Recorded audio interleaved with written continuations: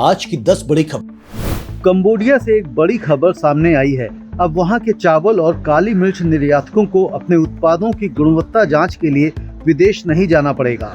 Cambodia में अब नई अत्याधुनिक टेस्टिंग फैसिलिटी की स्थापना की गई है, जिससे अब अंतर्राष्ट्रीय मान्यता प्राप्त टेस्ट देश के भीतर ही संभव हो सकेगा। अब तक एक्सपोर्टर्स को सैंपल विदेश भेजने पड़ते थे, जिससे समय और लागत दोनों बढ़ जाती थी। इस नई सुविधा से न सिर्फ खर्च घटेगा बल्कि एक्सपोर्ट अप्रूवल्स भी तेज होंगे।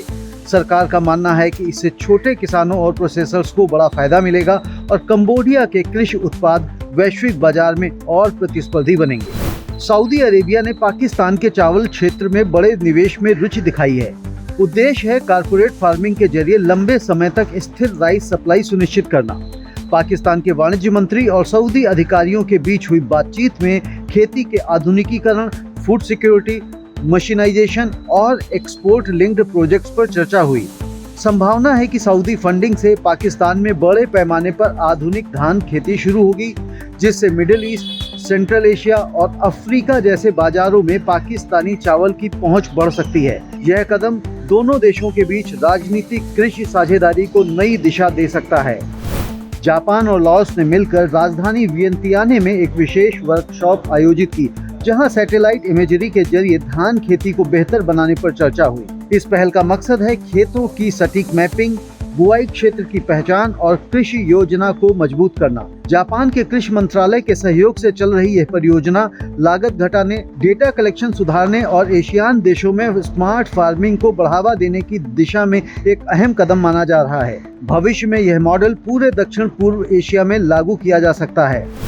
भारत में कम गुणवत्ता वाली चाय के बढ़ते आयात को देखते हुए टी बोर्ड ऑफ इंडिया ने नया एसओपी जारी किया है। साल 2025 में करीब 39 मिलियन किलो चाय आयात होने के बाद आशंका थी कि कमजोर क्वालिटी वाली चाय को इंडियन ओरिजिन बताकर दोबारा एक्सपोर्ट किया जा सकता है। अब हर आयातित चाय को national accreditation board for testing and calibration laboratories से मान्यता प्राप्त लैब में टेस्ट कराना अनिवार्य होगा। साथ ही दस्तावेज, लेबलिंग और एक्सपोर्ट टाइमलाइंस भी सख्ती से लागू होंगे। इससे भारत की चाय की वैश्विक साख सुरक्षित रखने में मदद मिलेगी। उत्तर प्रदेश ने देश में पहली बार एक्साइज एक्सपोर्ट पॉलिसी लॉन्च कर दी है, जिसका मकसद इथेनॉल निर्यात को बढ़ावा देना है।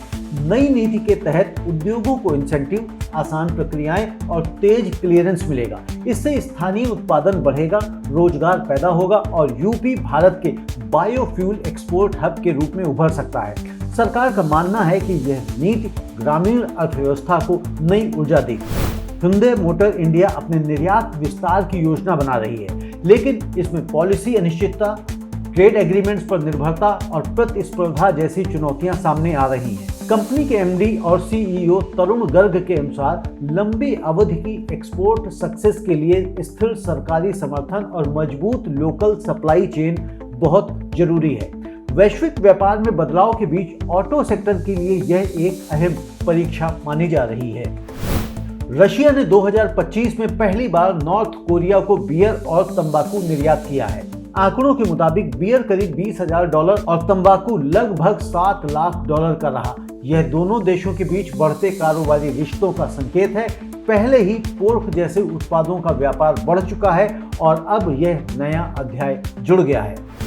भारत अमेरिका से आने वाली मसूर जैसी कुछ दालों पर आयात शुल्क शून्य करने पर विचार कर रहा है। यह कदम अंतरिम ट्रेड डील का हिस्सा हो सकता है। अगर लागू हुआ तो अमेरिका से दाल आयात बढ़ सकता है। हालांकि अभी अंतरिम टैरिफ स्ट्रक्चर स्पष्ट नहीं है। विशेषज्ञ मानते हैं कि इससे घरेलू बाजार में कीमतों पर असर पड़ सकता है और किसानों के हितों को संतुलित करना चुनौती होगा।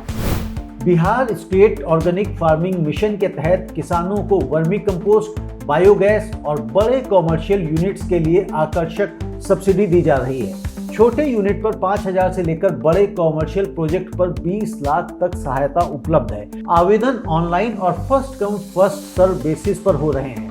सरकार का लक्ष्य है रासायनिक खेती कम करना, मिट्टी की सेहत सुधारना और किसानों की आमदनी बढ़ाना। केंद्रीय सहकारिता मंत्री अमित शाह ने राज्यसभा में बताया कि 2024-25 और 2025-26 के दौरान देश भर में 8,710 नई प्राथमिक कृषि सहकारी समितियां बनाई गई हैं। यह सरकार के कुल लक्ष्य का करीब 27% है। सबसे ज्यादा PACS ओडिशा, राजस्थान, उत्तर प्रदेश, मध्य प्रदेश और उत्तराखंड में बनी है। इन समितियों का उद्देश्य किसानों को क्रेडिट, इनपुट और बहु सेवाएं देकर ग्रामीण अर्थव्यवस्था को मजबूत करना है। कृषि और व्यापार जगत से जुड़ी खबरों को देखने के लिए सब्सक्राइब करें कमोडिटी टुडे।